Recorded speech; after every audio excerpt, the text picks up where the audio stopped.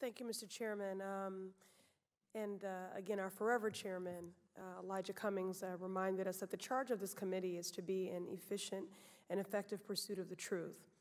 And so I'm encouraged that today we made some progress in that regard. And I want to thank you under oath for your honesty, Mr. Cuccinelli, and taking responsibility for that decision to reverse the policy. I want to ask you, it was previously mentioned on the record that your agency had done analysis to ascertain what would be the impact of such an abrupt policy change. Do you believe that your agency did enough analysis to assess that impact? I'm sorry if I was unclear earlier. We didn't do any separate studies, for instance, like we might when preparing a regulation or something. It was internal discussion, not what I would characterize as a study. Well, given that it was an abrupt policy that's to impact quite literally the lives of critically ill children, in hindsight, do you think that you should have done some analysis? Well, I do think in the if I had it to do over again category, that I would not have applied it to people then pending.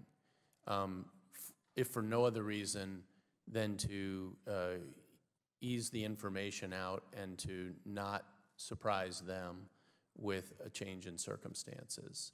That'd be the main thing I would do differently. All right, Mr. Cuccinelli, it has been widely reported that the Office of Legal Counsel at the DOJ determined that you were not eligible to serve as Acting Secretary of Homeland Security under Vacancies Reform Act and the Homeland Security Act. It has also been reported that the Director of the Presidential Personnel Office at the White House has accepted this decision and briefed the President accordingly. Do you accept the decision of the DOJ and the Presidential Personnel Office that you are ineligible to serve as Acting Secretary? I'm not privy to anything you just described, and so I cannot answer that question. Well, it's public record, but it's just, could you give me your visceral response? As you may know, my last government post was Virginia State Government, and I am no expert. I know areas of the law very well, but I don't know them all. And one I don't know very well is federal employment law, including things like the Vacancies Act and so forth. And I have not studied it or looked at it. Sure, but again, the Department of Justice and the Presidential Personnel Office have ruled that you are ineligible to serve as Acting Secretary. So if asked to serve contrary to the law, will you decline? I would not do anything contrary to the law. If I understood something to be contrary to the law, I wouldn't do it. All right, very good. If President Trump chooses either of you to replace Acting Secretary McClellan, will you commit to keeping deferred action protections in place at USCIS? And this is for both Mr. Cuccinelli and Mr. Albence. I don't think it's appropriate to comment forward like that. I told you just here what I would characterize as I'll call it a mistake, because it was, to apply this retroactively in particular. I do think the underlying philosophy was correct, and I also understand that deferred action remains available for all the people, even had the USCIS policy gone forward. But I cannot tell you going forward what I would advise some other secretary to do, or what they would do, or even if I were the secretary. Well, that's disappointing. Because this is, I understand, ma'am. Mr. Cuccinelli, you've accepted, respectfully, you have accepted responsibility for making this egregious policy reversal.